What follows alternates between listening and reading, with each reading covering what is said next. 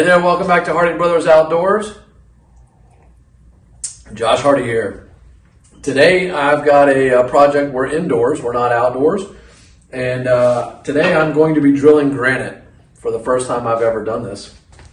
But I have watched and done a lot of research, and I believe I have all the right tools. So I'm going to take you step by step how we're going to drill a 1 1/4 inch hole in this granite so that we can take our new seltzer machine and the power cord, the water supply, and the CO2, the carbonation supply, and put it down inside of the cabinet here so that this stuff isn't sitting out.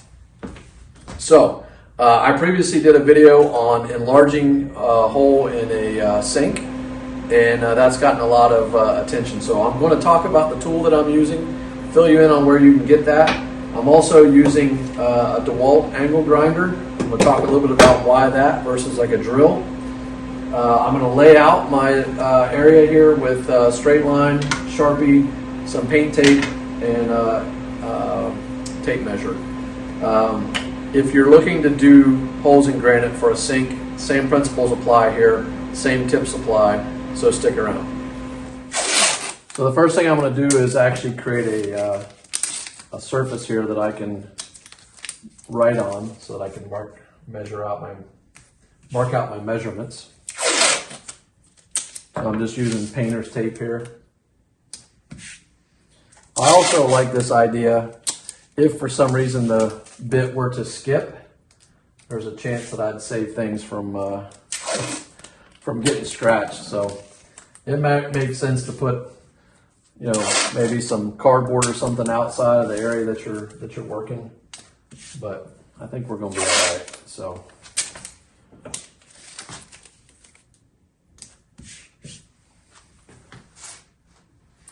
next thing you want to do is locate how far away or where your measurement's going to be from the wall or the sink, wherever you're going to go.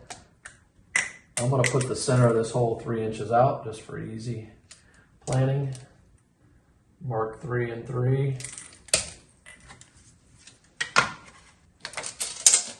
Connect those two lines.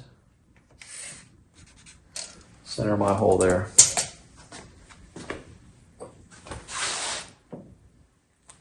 So obviously if you were doing the sink, you'd want to measure the appropriate distance between if you had remote handles or whatever else.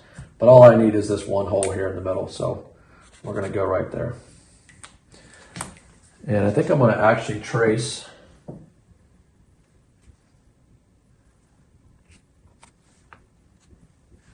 reason for that is when I start my hole, I want to make sure I'm starting on center there. So I'm going to install the diamond blade on my DeWalt here, and there's a button to push to stop the rotation.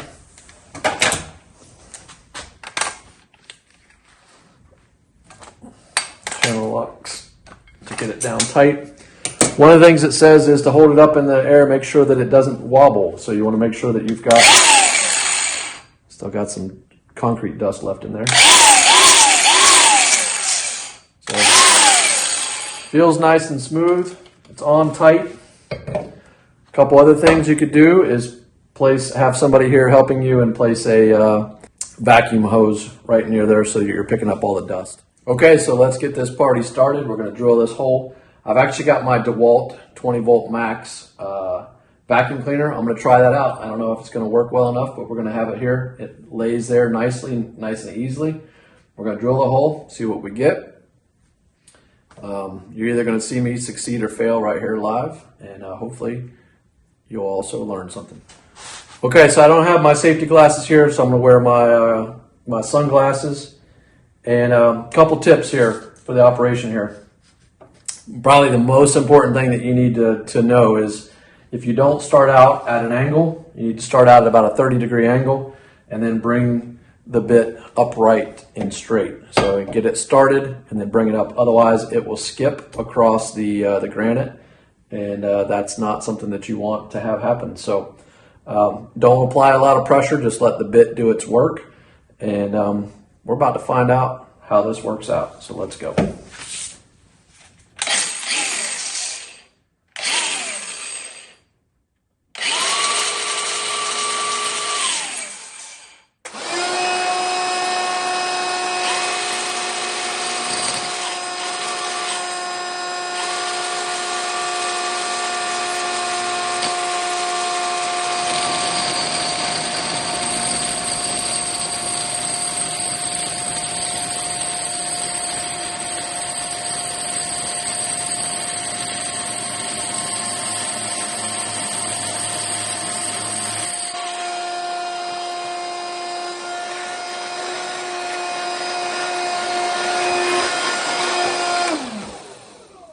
So I will say that didn't start up as smooth as I hoped it was going to start. I don't know if maybe starting from the other angle, I don't think that would have worked.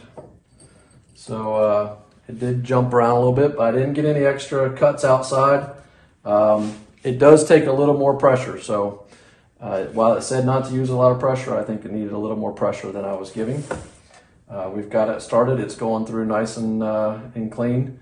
So let's get it back on here and go on through.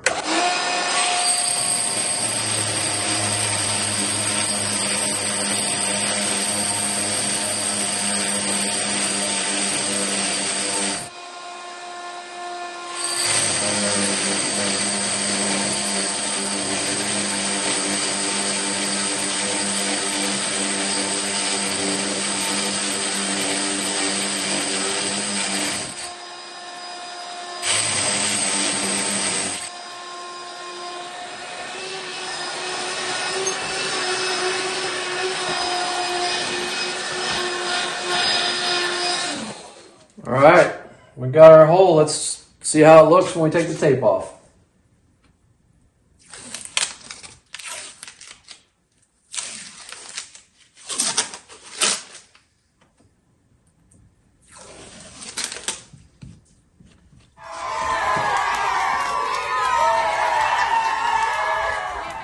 So we got a slight rough edge, not too bad though. And actually I think, I'm going to take a Sharpie here actually and just touch that up a little bit, because mine, until I find some sort of, I'm going to look for some sort of rubber stopper that I can put there, connect down through there, and then poke holes in it for the stuff that I'm running through it.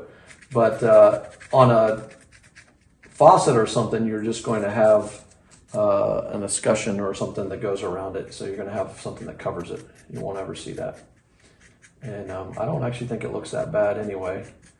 But I'll hit that with some more black or whatever just to clean it up a little bit, since that's going to be left visible.